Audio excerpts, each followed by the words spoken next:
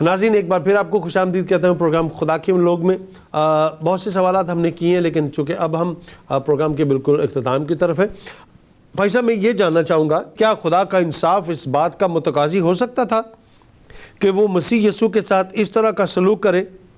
جیسے ہم انجیل جلیل میں بھی پڑھتے ہیں اور اس کے مطابق جب ہم دیکھتے ہیں تو خدا نے ایسا سلوک تو بدترین گناہ گاروں کے ساتھ بھی نہیں کیا، انہیں بھی بے یار و مددگار نہیں چھوڑا، تو وہ اپنے بیٹے کو کیسے چھوڑ سکتا ہے جو اس کے کام کو پورا کرنے کے لیے یہاں پر آیا؟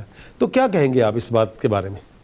یہی تو پہلے بات ہوئی ہے کہ ہم جب صحیح تشریح کو سمجھیں گے نا تو پھر ہمیں صحیح سمجھ آ جائے گی کہ باپ تو بیٹے کے اندر چھوڑے گا کیسے۔ کلام کہتا ہے کہ خدا نے اسرائیل کو بیابان میں چھوڑ دیا۔ کس طرح کا چھوڑا بھائی؟ من تو پھر بھی آ رہا ہے، جوتیاں ٹوٹ نہیں رہی، کپڑے پھٹ نہیں رہے، پاؤں سوج نہیں رہے، کپڑے پھٹ نہیں رہے، یہ کیسا چھوڑ دیا ہے؟ اور خدا تو اس طرح کا وفادار ہے۔ اور پھر کلام میں لکھا ہے تم بے وفا ہو جاؤ تو بھی وہ وفادار رہے گا۔ تو یہ سمجھ لینا کہ باپ نے بیٹے کو چھوڑ دیا، یہ تو ٹوٹلی رانگ کنسیپٹ ہے، ٹوٹلی رانگ کنسیپٹ ہے سر۔ یہ اس لیے تو کہا تھا کہ یہ جو ہے یہ یسوع نے ایک نمونہ دیا ہے کہ جب دکھ مصیبت ہو تو کلام کا سہارا لیا کرو۔ اس کی یہ تشریح کر دینا کہ چھوڑ دیا، یہ تو ہو ہی نہیں سکتا، ناممکن ہے، جبکہ الوہیت ہے اس کے اندر مجسم۔ تو لہٰذا ہمیں اپنا کانسیپٹ ٹھیک کرنا ہے۔ اچھا، جب ہم آگے کی طرف جاتے ہیں اور جب ہم ان دونوں جو مصلوب کیے گئے ہیں، دو ڈاکو مصلوب کیے گئے ہیں، جب ہم ان دونوں کو دیکھتے ہیں اور مسیح یسوع کو دیکھتے ہیں تو مصلوب خدا کے رد کیے ہوئے کیا تینوں نظر آتے ہیں یا دو نظر آتے ہیں آپ کے خیال میں؟ کیونکہ جب ہم چھوڑے لفظ کا استعمال کرتے ہیں تو اکثر لوگ اس کی اصطلاح ایسے کرتے ہیں جیسے ہم پہلے بات کر چکے ہیں کہ اس کو چھوڑا، خدا نے کسی کو نہیں چھوڑا، رد نہیں کیا اسے۔ لیکن یہاں پر ہم اس دونوں ڈاکوؤں کو بھی دیکھتے ہیں کہ دو ڈاکو، ایک سیدھے ہے ایک الٹے ہاتھ پہ ہے، تو ان دونوں کے درمیان جو مسیح یسوع ہے کیسے دیکھتے ہیں آپ ان دونوں کو؟ رومی سپاہی اور یہودی جنہوں نے ٹھٹھا کیا، جنہوں نے تمانچے مارے، یسوع کو اسی طرح ڈیل کیا جیسے ڈاکوؤں کو ڈیل کرتے ہیں۔ وہ تو یہی سمجھتے ہوں گے کہ اس نے بھی کچھ کیا ہے، بالکل ایسا ہی ہے، ان کے خیال میں تو ٹھیک ہے۔ اچھا، لیکن جب ہم اس کلام کی اینک کو پہن کے دیکھیں گے تو پھر، کیونکہ اصل اینک یہ ہے، تیرا کلام میرے قدموں کے لیے چراغ تو میری راہ کے لیے روشنی ہے۔ یقین کرے جب کہتے ہیں نا دو ڈاکو، تو میں اس لیے دو ڈاکو کہہ دیتا ہوں کہ کلام میں لکھا ہے، ورنہ میں تو ڈرتا ہوں وہ ایک تو ڈاکو ہے، دوسرا تو فردوسی ہے، وہ ڈاکو کہاں ہے؟ اور اگر نہ لکھا ہوتا تو پھر شاید ہم بھی ڈاکو ہی کہتے۔ اب لکھ دیا گیا ہے کہ یسوع نے کہا تو آج ہی میرے ساتھ فردوس میں ہوگا، تو دو تو سیدھے فردوسی ہیں، ایک ڈاکو ضرور ہے۔ کلوری کے اوپر ایک ہی ڈاکو ہے، وہ دو جو ہے، ایک ڈاکوؤں کو بچانے والا ہے ایک دوسرا بھی ڈاکو، لیکن ایک ڈاکو کو وہ بچا رہا ہے۔ تو بیسیکلی وہی بات آ جاتی ہے کہ جب ہم کلام کی اینک پہن کے دیکھیں گے تو پھر ہم صحیح جگہ پر پہنچیں گے۔ اگر ہم صرف سرسری نظر سے دیکھیں گے، سطحی طور پر دیکھیں گے، تو سطحی طور پر تو وہ تو تینوں بدکار ہی نظر آ رہے ہیں، لوگوں کی نظر میں جو وہاں پر موجود ہیں ان کی نظر میں نظر آ رہے ہیں۔ ایگزیکٹلی، سطحی طور پر جو سٹڈی ہوتی ہے یہ بڑی خطرناک ہوتی ہے، میں آپ کو بتاؤں۔ اس لیے تحقیقی اور گہرائی میں جانا، یہ جو آپ نے پروگرام شروع کیا ہے گواہی چینل پر، میں اپریشیٹ کرتا ہوں کہ آپ بڑے گہرے طور پر کلام کی سٹڈی لوگوں کو کروا رہے ہیں اور کوشش کرتے ہیں کہ زیادہ سے زیادہ بہتر طور پر ہم سیکھیں۔ تو it is the exact picture. جب ہم مسیح یسوع کی بات کرتے ہیں تو اس دنیا میں آنے کا مقصد اور باپ کا جو پلان تھا، جو اس کا ایم تھا، بین و انسان کی رہائی کا، مخلصی کا، آپ دیکھتے ہیں کہ یہاں پر اس جگہ پر کوہ کلوی پر پورا ہوتا ہوا ہمیں دکھائی دیتا ہے۔ 100%۔ اب نے جب مجھے یاد آ رہا کہ جب حکمت کی بات ہم کر رہے تھے، آپ نے مجھے بلایا تھا، تو اس وقت بھی میں نے یہ بات کی تھی کہ حکمت کے ساتھ ایک حکمت ہے جس سے خدا نے دنیا کو پیدا کیا، اور دوسری حکمت تھی جس کے ساتھ خدا نے دنیا کا کفارہ دیا ہے اور وہ اپنے بیٹے کے وسیلے دیا ہے۔ تو بیسیکلی اب یسوع مسیح کے آنے کا مقصد پورا ہوا ہے، کیونکہ یسوع مسیح کا مقصد نجات دینا تھا، کفارہ دینا تھا۔ شفا تو ایسے سمجھو کہ سائیڈ کی بات ہے، تو اصل تو یہی ہے کہ جس کام کے لیے میرا خداوند آیا تھا، یہ بدن جو بیٹے کا تیار کیا گیا تھا، اس کا پورا کام صلیب پر ہی ہوا ہے۔ شفا کی بھی میڈیسن تیار ہو گئی اور گناہوں کی میڈیسن بھی تیار ہو گئی۔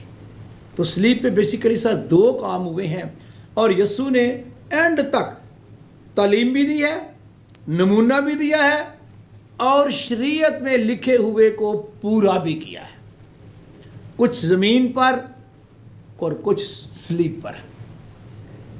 یہ اس کا عجیب معاملہ ہے کہ وہ صلیب کے اوپر بھی لکھے ہوئے کو پورا کرتا ہوا دن دکھائی دیتا۔ تو یوں میرا خداوند ایک ایسا نمونہ دے کر گیا ہے کہ ہم کسی بھی حالت میں ہوں، کلام کو ہم نمبر 1 پر رکھیں۔ جیسے کہ میرے خداوند نے اس حالت میں بھی 22 زبور کو سامنے رکھا اور نمونہ دیا ہے۔ یعنی کہ ہم اگر کسی مشکل میں، پریشانی میں، دکھ یا تکلیف میں پڑ جاتے ہیں یا گرفتار ہو جاتے ہیں تو ہمیں خدا کے کلام کا سہارا لینا چاہیے۔ ایگزیکٹلی سر، کیونکہ کلام میں ہمارے لیے وعدے ہیں۔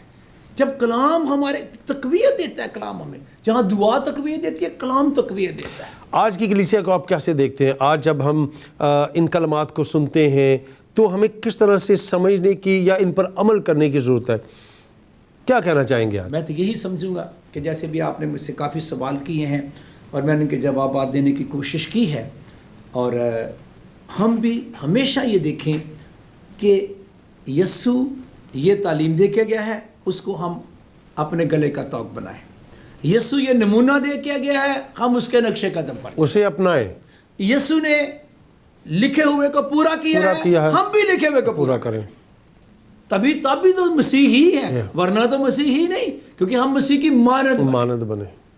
کلام اور دعا، یہی 2 چیزیں میرے خداوند کے اندر نظر آ رہی ہیں، اور میرے خیال میں یہی 2 چیزیں ہمارے اندر آنی چاہیے۔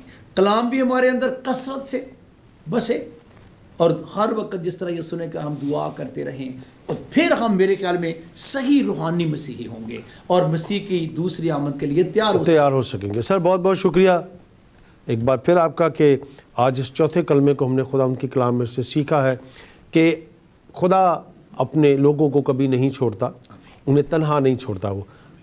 تو خداوند آپ کو برکت دے۔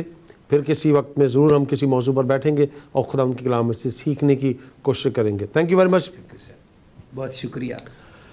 ناظرین، آج کے اس کلمہ کو آپ نے سنا۔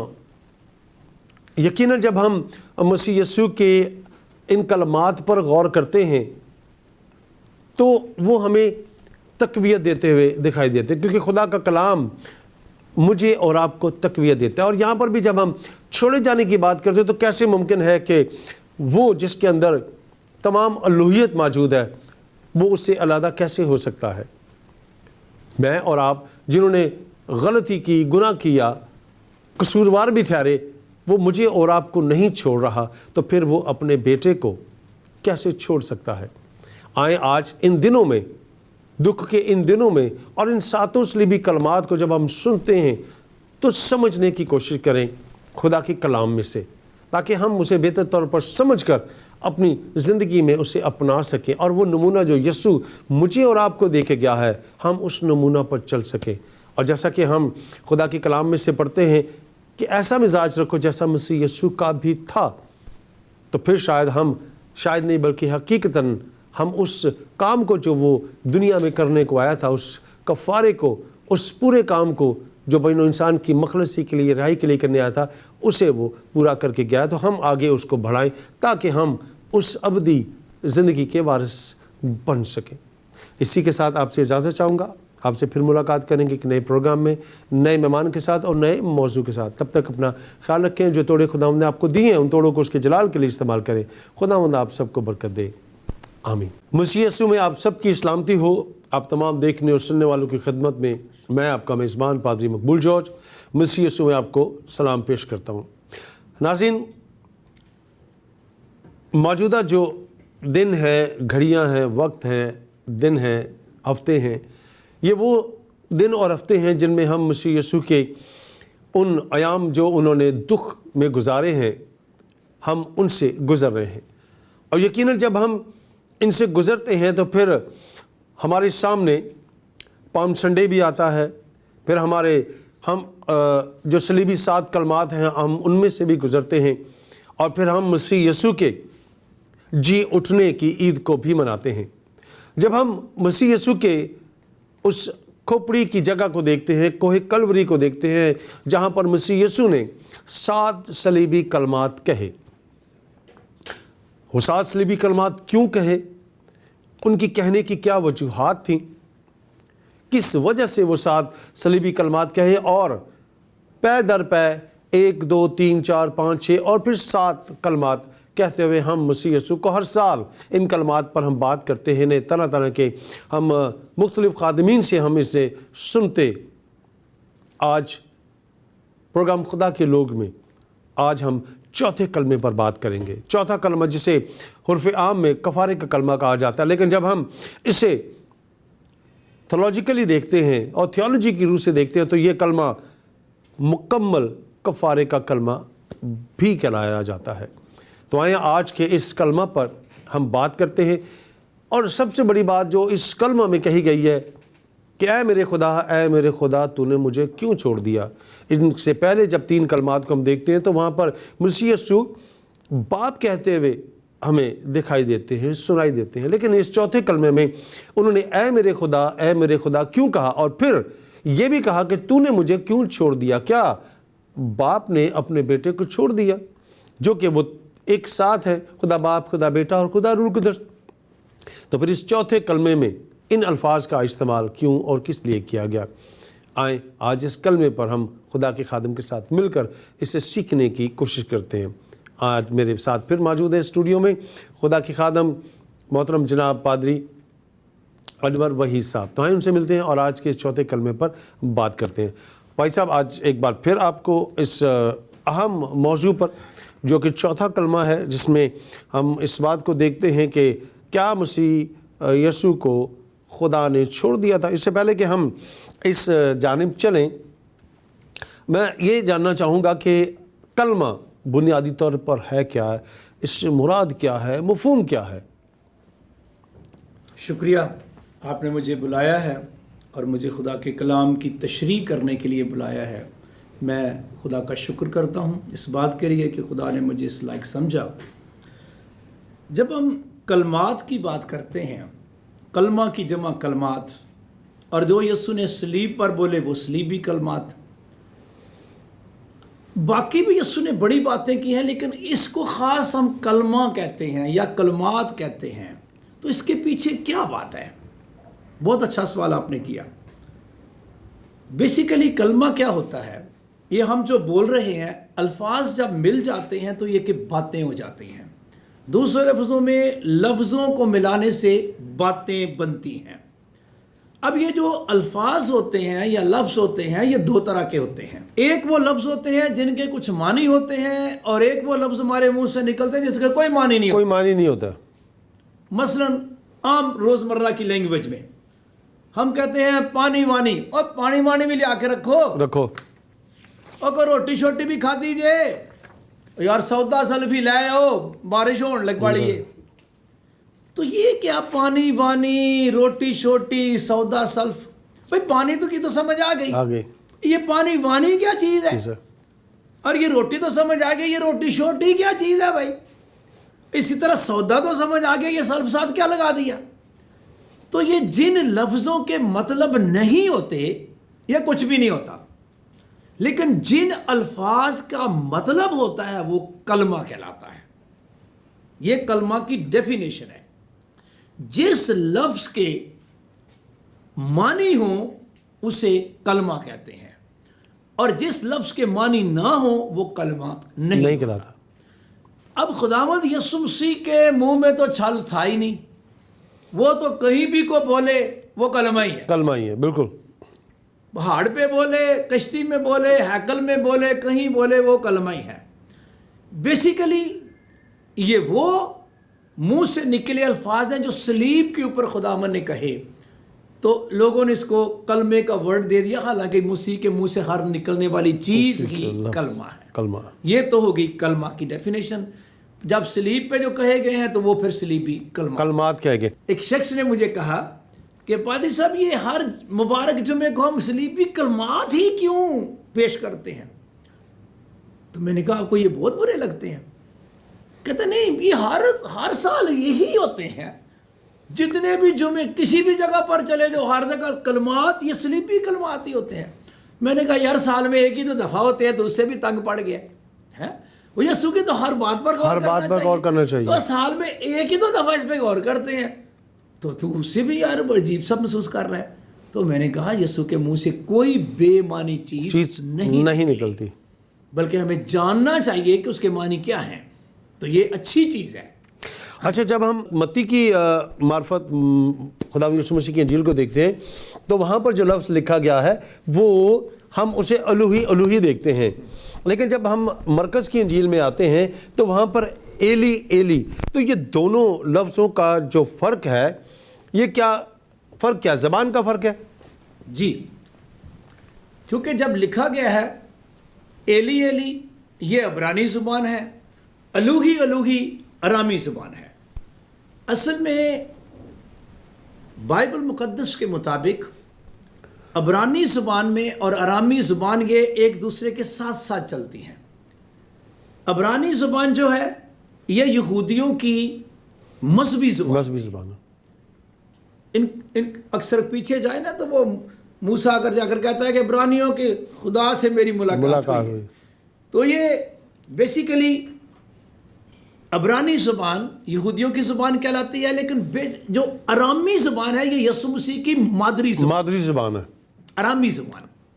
اب مرکز نے جو لکھا ہے وہ یسوع مسیح کی مادری زبان میں لکھا ہے، اور متی نے جو لکھا ہے وہ یہودیوں کی مذہبی زبان میں لکھا ہے، لیکن مطلب ایک ہی ہے، دونوں کا جو متن ہے وہ ایک ہی ہے، مطلب نہیں چینج ہوا، مطلب دونوں کا ایک ہی ہے، اے میرے خدا تو نے مجھے کیوں چھوڑ دیا، اور شکر ہے ساتھ لکھا ہوا جس کا مطلب یہ موجود ہے، اور تاکہ یہ نہ لوگ کہیں کہ پتہ نہیں ادھر کچھ اور لکھا ہے ادھر کچھ نہیں، بھائی کچھ بھی نہیں لکھا ہوا، صرف وہ ارامی ہے اور وہ عبرانی ہے۔ اچھا، یسوع نے جب اس آیت کو دیکھتے ہیں، جب ہم مرکز کو دیکھتے ہیں، یسوع نے چلا کر اس الفاظ کو جو ہے وہ ادا کیا ہے، تو میں اس آیت کی روشنی میں یہ پوچھنا چاہوں گا کہ آخر یسوع نے چلا کر ہی ان الفاظ کا استعمال کیوں کیا؟ جی بالکل ایسا ہی لکھا ہے۔ تیسرے پہر کو یسوع بڑی آواز سے چلایا اور کہا کیا؟ اے میرے خدا، جیسے میں بولوں شاید اس طرح نہیں، اے میرے خدا تو نے مجھے کیوں چھوڑ دیا؟ اردو میں سے ہوگا ایلی ایلی لما شبقتنی، اور یہ سب نے سنا، یسوع چلایا ہے تو لوگوں نے سنا ہے۔ جب بھی کوئی چیز اونچی بولی جاتی ہے تو اس کا مطلب ہے کہ کوئی سنے، تو خدا کو نہیں، میرے خدا نے سنایا، یہ جتنے لوگ تھے ان کو سنایا ہے۔ یہی وجہ ہے وہ کہہ رہے تھے کہ ہے یہ ایلیا کو تو نہیں بلا رہا، دیکھیں ایلی آتا ہے اس کی مدد کرنے کے لیے وغیرہ وغیرہ۔ تو بیسیکلی یہ جو چلانے کا کنسیپٹ ہے یہ کیا ہے؟ یہ 22 زبور کی پہلی آیت ہے جس کو میرے خداوند نے اپنے منہ سے نکالا ہے، اور اگر ہم 22 زبور کو پڑھیں، ڈائریکٹ 22 زبور کو پڑھیں، 5 کتابیں ہیں جو بائبل مقدس میں نظمیہ شکل میں موجود ہیں، ہمارے پاس اردو میں اس کا ترجمہ ہے، لیکن اوریجنل میں یہ نظمیہ شکل میں ہے۔ 22 زبور کی ایک آگے چھوٹا سا، ہر زبور کے آگے ایک چھوٹی سی سر بات لکھی ہوتی ہے، بہت باریک سی، وہ میوزیشین کے لیے لگتا ہے بڑی اہم ہے، کیونکہ یہ گائے جانے والے زبور ہیں، اس کا سر یا راگ جو ہے وہ وہاں پر رکھا ہوتا ہے۔ یہاں پہ لکھا ہے میرے مغنی کے لیے ایلت حشر کے سر پر داؤد کا مزمور۔ بیسیکلی یہ داؤد کا مزمور ہے جس کو یسوع مسیح نے اپنی زبان سے اسی طرح ہی بلند آواز کے ساتھ ہی منہ سے نکالا ہے جیسے داؤد سر اس سر پر نکالتا تھا۔ یہ سر بڑی ہائی پچ کی ہے۔ اب یہ میوزیشین اس بات کو بڑا اچھا طرح سمجھتے ہیں، زبور ہائی پچ کیا ہوتی ہے، کچھ زبور نیچے ہوتے ہیں کچھ ہائی ہوتے ہیں، تو چونکہ یہ زبور کی اوریجن جو ہے ہی ہائی پچ، تو میرے خداوند نے اس کی جب تلاوت کیا تو اسی لہجے میں کی ہے، ایلی ایلی لما شبقتنی،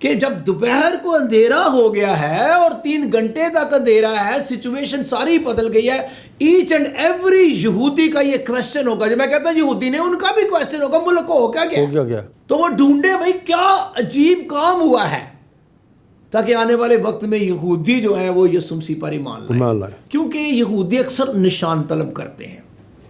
بالکل تاریخ بیان کرتی ہے اس بارے میں کہ یہودی نشان کو بڑا ہمیشہ ان کا فوکس ہوا ہوتا ہے کہ یہاں کچھ نہ کچھ ہمیں کچھ بتایا جائے. میرے میں یہودیوں کو خدا نے ایک نشان دیا ہے کہ بچوں آج تمہارے کفارے کا دن ہے, اور دیکھو کفارے کا پتہ چلا نا, دوپہر کو اندھیرا ہو گیا. اچھا, ایک اور بھی چیز ہم یہاں پر دیکھتے ہیں کہ جب مسیح یسوع کی پیدائش ہوتی ہے تو رات ہے, لیکن وہ رات روشنی میں بدل جاتی ہے, تاریکی جو ہے وہ روشنی میں ہو جاتی ہے. اور اب جب بنی نوع انسان کے کفارے کا وقت آیا ہے تو دن کا اجالا جو ہے وہ رات کی تاریکی جو ہے وہ اس کو شو کر رہا ہے. بالکل سر, ایسے ہی. اس کا مطلب ہے یسوع مسیح کی آمد اور یسوع مسیح کا کفارہ دونوں ہی بڑے اہم دن ہیں. مقبول یوں جو لفظ یہاں استعمال ہوتا ہے مقبول الفطر ہے کہ وہ اس طرح سے یہ سب چیز. اچھا, میں ایک اور جب چیز ہم اسے آگے دیکھتے ہیں جا کر, تو جب ہم یہ دیکھتے ہیں کہ پہلا, دوسرا, تیسرا کلمہ جو ہے وہ یسوع اوروں کے لیے کہہ رہا ہے جی, اور یہ الفاظ کا استعمال کرتا ہے کہ اب آپ ان کو معاف کر. جب شاگرد اس کو کہتا ہے, ڈاکو کہتا ہے کہ تو آج ہی میرے ساتھ فردوس میں ہوگا. لیکن جب ہم بات کرتے ہیں چوتھے کلمے کی, تیسرے کلمے میں بھی وہ مخاطب ہوتا ہے اوروں کے لیے, لیکن چوتھا کلمہ جو ہے وہ یسوع باپ کہہ کے نہیں پکارتا بلکہ وہ اے میرے خدا, اے میرے خدا کہہ کر پکارتا ہے. تو یہاں اس نے باپ کیوں نہیں کہا, خدا کا لفظ کیوں استعمال کیا؟ جب ہم سر کلمات کی بات کرتے ہیں تو میں چاہتا ہوں ایک بیسک چیز ہم جس کو سامنے رکھیں, اس سے پھر ہمارے بڑے سوالوں کے جواب ملنا آسان بھی ہو جاتے ہیں اور ایک عام شخص بھی اس کو سمجھ سکتا ہے. یہ تو ہم نے شروع میں بات کی کہ کوئی بے معنی بات یسوع کے منہ سے نکل سکتی نہیں, یہ تو سیدھی سوال ہی پیدا نہیں ہوتا. اب یہ جو 7 کلمات میرے خداوند یسوع مسیح کے دہن مبارک سے نکلے ہیں, یا 3 چیزیں ان کے اندر پائی جاتی ہیں جو میں نے تجزیہ کیا ہے. ہو سکتا ہے میرا تجزیہ اتنا اچھا نہ ہو.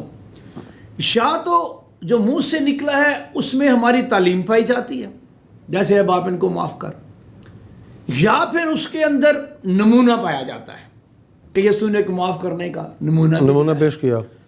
اور تیسری بات, یسوع نے کئی باتیں ایسی بھی منہ سے کہیں تاکہ نوشتہ پورا ہو. تو یہ 3 باتیں ہیں. اب ہم تینوں چیزوں کو سامنے رکھ کر دیکھتے ہیں کہ جب یسوع نے کہا کہ اے میرے خدا تو نے مجھے کیوں چھوڑ دیا, اور چلا کر کہا ہے, آیا اس میں تعلیم پائی جاتی ہے, آیا اس میں نمونہ پایا جاتا ہے, آیا اس کے اندر کوئی نوشتہ پورا ہوا ہے؟ تو جب اس اینگل سے ہم ان کلمات کو دیکھیں گے تو پھر میرے خیال میں ہم کافی اچھی طرح ان باتوں کو سمجھ سکیں گے. اب بات آپ کر رہے تھے کہ یسوع نے اے میرے خدا کہا ہے, باپ نہیں کہا. بڑا خوبصورت بات ہے. جب اس نے باپ کو مخاطب کرنا تھا تو اس نے باپ کہا ہے, اے باپ ان کو معاف کر. تو یوں سمجھ آئی کہ یہ چوتھا کلمہ خطابی کلمہ نہیں ہے, اس میں خدا نے کسی کو مخاطب نہیں کیا. جیسے پہلے کلمے میں اس نے باپ کو مخاطب کیا, دوسرے کلمے میں اس نے ڈاکو کو مخاطب کیا, تیسرے کلمے میں اس نے یوحنا کو مخاطب کیا. ٹھیک ہے, تو یہ چوتھے میں اس نے کسی کو بھی مخاطب نہیں کیا, کسی کو بھی نہیں.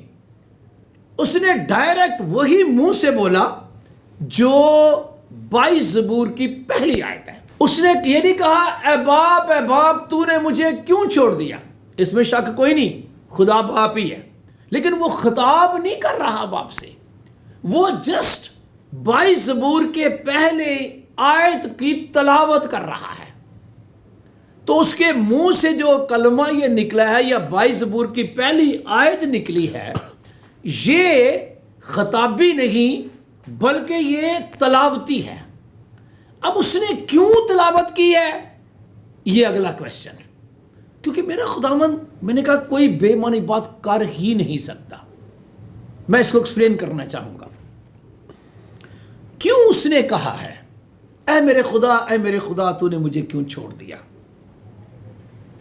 میں ریپیٹ کرنے لگا ہوں، جسٹ تلاوت کرنا اس کا کیا، اس کے کیوں ہے، اور پھر لکھا بھی ہے، اور 2 جگہ لکھا ہوا ہے، اور عبرانی ارامی میں بھی لکھا، اور اردو میں ہمارے پاس بھی ہے، اور ہر دنیا کی ہر بائبل میں موجود ہے۔ بیسیکلی خداوند یسوع مسیح بحیثیت انسان، میں بحیثیت خدا نہیں بول رہا، بحیثیت انسان کمزور ہے۔ کیسے پتہ چلتا ہے؟ سامریہ میں جب یسوع مسیح ہو کر گزر رہا تھا تو لکھا کہ یسوع مسیح سفر سے تھکا ماندہ ہو کر اس کنویں پر بیٹھ گیا۔ یہ بدنی کمزوری کی بات ہو رہی ہے، بدنی کمزوری۔ پھر لکھا ہوا ہے کہ کشتی چلا رہے ہیں چپو کے ساتھ شاگرد، اور یسوع مسیح پیچھے گدی کے اوپر سو گئے ہے، بلکہ پانی کشتی میں آ رہا ہے اور وہ پھر بھی سو رہا ہے۔ اب اگر سلیب کے اوپر جائیں تو سلیب کے اوپر لکھا ہوا ہے، لوکا کی انجیل میں 22ویں باب میں یسوع مسیح کے دکھوں کی ذکر کرتے کرتے لوکا سے خداوند لکھواتا ہے کہ خداوند یسوع مسیح کی بابت کے اور آسمان سے ایک فرشتہ میرے خداوند کو دکھائی دیا، اور وہ اسے تقویت دیتا تھا، اور اس سے پہلے اس نے گتسمنی باغ میں جا کر دعا کی۔ اب یہ 2 چیزیں ہیں جو انسان کو تقویت دیتی ہیں، دعا اور کلام۔ دعا سے ہم کیسے، مجھے کئی لوگ کہتے ہیں بھائی صاحب دعا کرو اس سفر سے جانا ہے، بھائی دعا میں چاہوں تو بولوں بھائی خود ہی کر لو، لیکن ایسا نہیں ہے، خدا نے خادموں کے لیے مقرر کیا ہے۔ لیکن جب کوئی خادم آتا ہے دعا کرتا ہے تو ان کو بڑا سکون سا ہو جاتا ہے کہ بھائی صاحب نے دعا کے ساتھ ہمیں بھیجا ہے، تو ان کو کیا ملتی ہے؟ تقویت ملتی ہے۔ ویسے بھی ہم کسی بیمار پہ دعا کریں تو بھائی صاحب کہتے ہیں اور فکر نہ کریں، میں دعا کی، میں امان سے کیے، ٹھیک ہو جائے گا، اور خدا کے فضل ہو بھی جاتا ہے۔ تو مطلب کہنے کا یہ دعا تقویت بخشتی ہے۔ تو جیسے دعا تقویت بخشتی ہے، اسی طرح کلام بھی تقویت بخشتا ہے۔ اور یہاں پر جو بات کی گئی ہے کلام پڑھا گیا ہے، ایگزیکٹلی میرے یسوع نے 22 زبور کلام کی تلاوت کی۔ لیکن سر ایک اور بھی چیز یہاں پر ہم دیکھتے ہیں کہ جب ہم رشتے کی بات کرتے ہیں، وہ کہتا ہے کہ اے باپ ان کو معاف کر، تو جب بیٹا باپ سے مخاطب ہے، التجا کر رہا ہے یا درخواست کر رہا ہے، تو باپ بیٹے کی بات کو سن بھی رہا ہے۔ لیکن یہاں پر اس کلمہ میں ہم جب مختلف اسکالرس کو دیکھتے ہیں، مختلف تفاسیر جب ہم پڑھتے ہیں، تو وہاں پر یہ بھی دیکھتے ہیں کہ اس کلمے میں وہ خدا سے، اپنے باپ سے مخاطب نہیں، اپنے رشتے کو استوار نہیں کر رہا، بلکہ جس کام کے لیے خدا نے اسے بھیجا ہے وہ اس ڈیوٹی کو یا اس جاب کو یا اس کام کو کرنے کے لیے کہہ رہا ہے۔ یہ بھی بات ہم اس کلمے میں ہم دیکھ سکتے ہیں، اس کو سمجھ سکتے ہیں۔ جی بالکل۔ تو اس کے بارے میں آپ کیا کہنا چاہیں گے؟ وہی تو میں بتا رہا تھا نا کہ بیسیکلی یہاں پہ یسوع نمونہ دے رہا ہے۔ چوتھا کلمہ ایک نمونہ دے رہا ہے۔ نمونہ کیا دے رہا ہے؟ کہ جب آپ جانکاری کی حالت میں ہیں تو آپ کے منہ سے کلام نکلنا چاہیے۔ بالکل۔ مثلا میں آپ کو بتاتا ہوں، جب کوئی بیمار ہوتا ہے، میں خود بھی کئی دفعہ بیمار ہوا ہوں، 2 سال پہلے میں بہت زیادہ بیمار ہو گیا، اور فوراً کچھ کلام کی باتیں میرے اندر آ رہی تھی، تو میری عبادت کرنا، میں تیرے روٹی اور پانی پر برکت دوں گا، میں تیرے بیچ سے بیماری کو دور کروں گا۔ تو وہ بات میرے اندر آ رہی تھی، میں تیرے بیچ سے بیماری کو، تو میں کلام کو اپنے اندر لے رہا تھا۔ پھر مجھے یہ بھی آ رہا تھا، وہ تجھے تمام بیماریوں سے شفا بخش۔ مجھے یعقوب کی خط کی بات بھی یاد آ رہی تھی کہ خادم یار میرے لیے آ کے دعا کر رہے ہیں، وہ خداوند مجھے اٹھا کھڑا کرے گا۔ تو یہ کلام مجھے کیا دے رہا ہے؟ تقویت۔ اب بڑی سادہ سی بات میں بتاتا ہوں، کئی دفعہ لوگ سفر کو شروع کرتے 121 زبور پڑھتے ہیں، خداوند ہم طرف سے میں تیری سادہ رہنمائی کرے گا۔ پھر کئی دفعہ آپ کا بھی تجربہ ہوگا، میرا تو خیر جب ابھی تو سمجھدار کافی ہو گیا ہوں، تو پہلے جب سادہ سے وہ بچے ہوئے ہوتے تھے تو جب کوئی ڈر لگتا تو کہتے اوہ 23 زبور پڑھو، تو وہ 23 زبور کیوں پڑھتے تھے؟ تقویت ملتی ہے۔ غیر قومیں بھی کرتی ہیں، ہم بھی اسی طرح، یہودی بھی ایسے ہی کرتے ہیں۔ اچھا مزیداری کی بات، آپ کو پتہ ہے 3 ہی بڑے مذاہب ہیں دنیا میں، یہودی ہیں اور مسیحی ہیں اور ہمارے اہل اسلام ہیں۔ اب اہل اسلام والے بھی کوئی سورت پڑھتے ہیں، یہودی 22 زبور پڑھتے ہیں، ہم 23 زبور پڑھتے ہیں۔ ٹھیک ہے، تو مطلب ہے کہ یہ ایک تقویت پانے والا زبور تھا، اور میرے یسوع نے اس کو اسی لہجے میں ہی پڑھا ہے، جس لہجے میں، جس سر کے اوپر داؤد نے اس کو کیا گیا۔ کیونکہ ہمارے پاس وقت کم ہے، تو میں چاہوں گا کہ ہم اس سے زیادہ جو اصل چیز ہے میں وہ بھی جاؤں گا، اور چونکہ یہ سوال بہت اہم ہے تو میں چاہوں گا کہ یہ بھی ہم یہاں پر ضرور رکھیں. کیا واقعی میں مسیح یسوع کو خدا نے صلیب پر چھوڑ دیا تھا اور مسیح یسوع جان کرنے کی حالت میں الہی رفاقت سے محروم ہو گئے تھے؟ کیا کہیں گے آپ؟ یہ بہت اہم سوال ہے اور خدا کا شکر ہے یہ بڑا سیدھا اور سادہ سوال ہے. اگر ہم یہ کہیں کہ باپ نے بیٹے کو چھوڑ دیا، حالانکہ اس کا مطلب تو ہے ہی نہیں ہے. بالکل. باپ بیٹے کو چھوڑ کیسے سکتا ہے جبکہ الوہیت کی ساری معموری اس میں مجسم ہو کر سکونت کرتی ہے. اور میں تو چاہتا ہوں کہ اس کو میں اوپر سے پڑھوں تاکہ سننے والے اس بات کو بہت گہرے طور پر سمجھیں. جی پالوس رسول نے اس بات کو بڑا خبردار کیا اس معاملے میں، اور وہ کلسیوں 2:8 میں کہتا ہے خبردار کوئی شخص تم کو اس فلسفی اور لا حاصل فریب سے شکار نہ کر لے. کون سی باتوں سے؟ فلسفی اور لا حاصل فریب سے، جو انسانوں کی روایت اور دنیوی ابتدائی باتوں کے موافق ہے، نہ کہ مسیح کے موافق، یعنی مسیح کی تعلیم کے موافق. اور مسیح کی تعلیم کیا ہے؟ کیونکہ الوہیت کی ساری معموری اسی میں یعنی مسیح میں مجسم ہو کر سکونت کرتی ہے. کرتی تھی نہیں، کرتی ہے اب بھی اور کرتی رہے گی. ہے کا مطلب ہے انڈیفینٹ پیریڈ. خداوند یسوع مسیح جو خدا کا بیٹا ہے، الوہیت اس کے اندر مجسم ہے. اور کیا کبھی الوہیت نے اسے چھوڑا ہے؟ نہیں، کبھی نہیں چھوڑا. میں 3 حوالے آپ کو بتاتا ہوں. یوحنا 16 باب کی 32 آیت میں لکھا ہے یسوع مسیح کہتے ہیں میں اکیلا نہیں کیونکہ میرا باپ میرے ساتھ ہے. تو نظر تو نہیں آ رہا تھا. کبھی نظر آیا؟ نظر نہیں آ رہا تھا. لیکن اس نے کہا میں اکیلا نہیں ہوں، میرا باپ میرے ساتھ ہے. اور پھر یوحنا 8:16 میں بھی لکھا ہوا ہے اور اگر میں فیصلہ کروں تو میرا فیصلہ سچ ہے. کیوں بھائی؟ کیونکہ میں اکیلا نہیں بلکہ میں ہوں اور باپ ہے جس نے مجھے بھیجا. اور پھر یوحنا 8:29-30 بھی دونوں پڑھے. یہ تو میں چاہتا ہوں اوپر سے پڑھوں. یوحنا 8 کی 29-30 اور جس نے مجھے بھیجا وہ میرے ساتھ ہے. نظر نہیں آ رہا پر جس نے اسے بھیجا اس کے ساتھ ہے. اس نے مجھے اکیلا نہیں چھوڑا کیونکہ میں ہمیشہ وہی کام کرتا ہوں جو اسے پسند آتے ہیں. تو اس کا مطلب ہے کہ باپ تو بیٹے کے ساتھ ہے. یہ اگلا کویسچن ہے وہ کہاں ہے؟ تو یہ بات میرے خداوند نے بڑی خوبصورتی سے شاگرد فلپس کو کہی جب یسوع نے کہا نا میں جاتا ہوں تاکہ تمہارے لیے جگہ کروں، میرے باپ کے گھر میں بہت سے مکان ہیں. تو وہ کہنے لگے پھر باپ سے بات کرا مکان تو پھر بات تو اس کے ساتھ کریں. تو کہتے ہیں پھر باپ کو دکھا. تو یسوع نے کیا کہا اے فلپس میں اتنی مدت سے تمہارے ساتھ ہوں، چلو 3-3.5 سال تو ہو ہی گئے ہیں، کیا تو مجھے نہیں جانتا؟ کیا تو مجھے نہیں جانتا؟ اتنا میرے قریب رہتا ہے مجھے نہیں جانتا؟ جس نے مجھے دیکھا اس نے باپ کو دیکھا. تو کیوں کر کہتا کہ باپ کو مجھے دیکھا؟ یہ تیرا سوال ٹھیک نہیں. اس کا مطلب ہے تو جو کہہ رہا ٹھیک نہیں کہہ رہا. دس از اے رانگ کویسچن کہ تو مجھے کہے کہ باپ کو مجھے دکھا. کیا تو یقین نہیں کرتا؟ کس چیز کا یقین نہیں کرتا؟ کہ میں باپ میں ہوں اور باپ مجھ میں ہے. ایسے نہیں بیٹھا ہوا باپ میرے اندر ہے. تو یہ تو بیسیکلی فلسفہ ہے بائبل مقدس کا کہ الوہیت اس کے اندر مجسم ہے.